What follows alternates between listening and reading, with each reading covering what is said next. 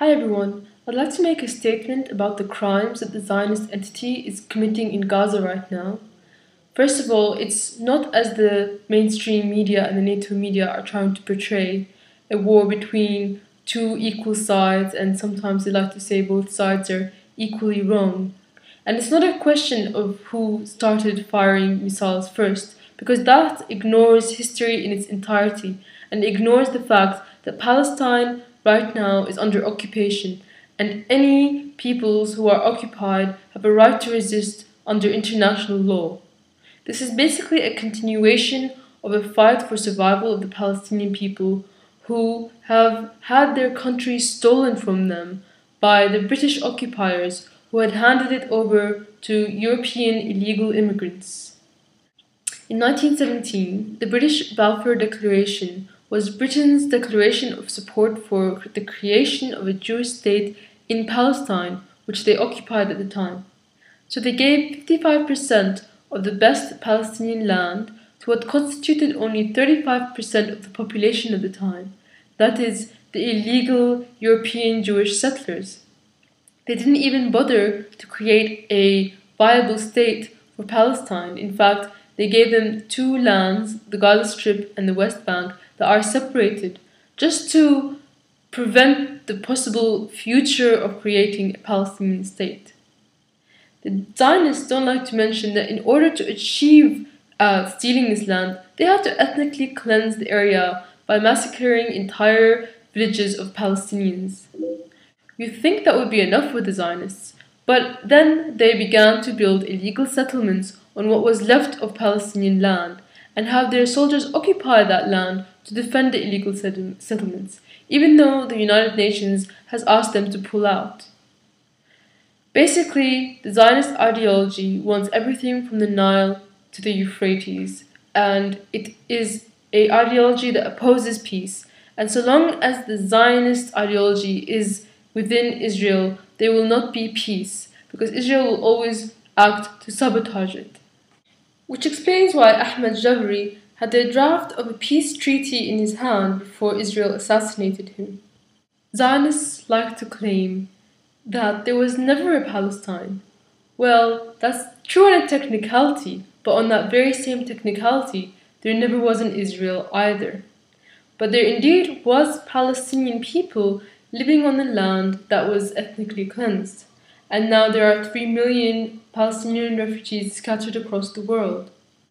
And it's quite obviously clear from this commemorative coin that those people who lived on that land recognized themselves and the land that they lived in as Palestine. Now I just want to get into some political analysis and chronology of events that led up to the Gaza war that's happening now. Syria has always been in support of the Palestinian struggle and continues to be in support, but Hamas actually betrayed Syria in 2011 and sought an alliance with Qatar instead of Syria. Syria had been training and defending Palestinian resistance fighters since the previous Gaza war and trained them in the use of the Fajr 5 missiles that have been striking at the Israeli heartland right now. In fact, it was the Syrian defense minister, Dawood Rashha, who was murdered by the FSA insurgent traitors with a bomb that was behind the program to help the Palestinian resistance. But Hamas actually supported Qatar's fake insurrection in Syria in 2011, and we're seeing the destruction of that continuing on. Now, trusting Qatar instead of Syria, I believe, is a big mistake, because Qatar is a US stooge. It has the largest number of US bases in the region. And in fact, even though it's now putting on this face of being pro-Palestinian along with Egypt and other Arab state GCC countries, it still maintains relations with Israel. It's interesting to note that a month before this Gaza war happened, the King of Qatar, Hamid, visited Hamas in Gaza and gave them $250 million. Straight after he left, 3 Hamas leaders got assassinated. It's almost as though the whole thing is an exercise for the Muslim Brotherhood to earn some sort of legitimacy in the eyes of the Palestinians and the Arab and Muslim world. You have now Egypt's Morsi, this new Muslim Brotherhood government, which is of course also supported by Turkey and Qatar. This Morsi is now pretending to really care about the Palestinian people, and he even removed his ambassador from Israel. Compare that to Syria, who has never had an ambassador to Israel in the first place.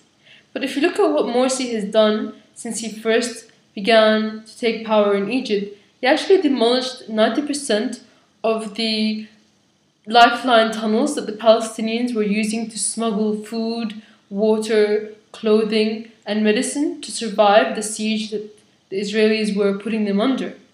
So obviously, all this talk of how he cares about the Palestinian people is nothing but to earn legitimacy for these vestiges of US interests in the region, the Arab states and Egypt.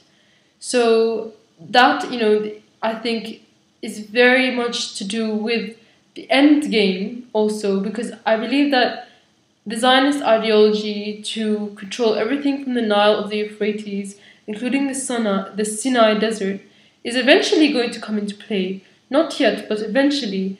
And for that, they're going to need some controlled opposition in Egypt to have an excuse to take over that land. I want you to know that every time I have mentioned Israel, I really mean the Zionist entity, because Syria doesn't recognize the state of Israel, which was forged on the apartheid, racist, Jewish supremacist doctrine of Zionism, which also violated the Geneva Conventions, which says that you cannot change the borders of the country which you occupy.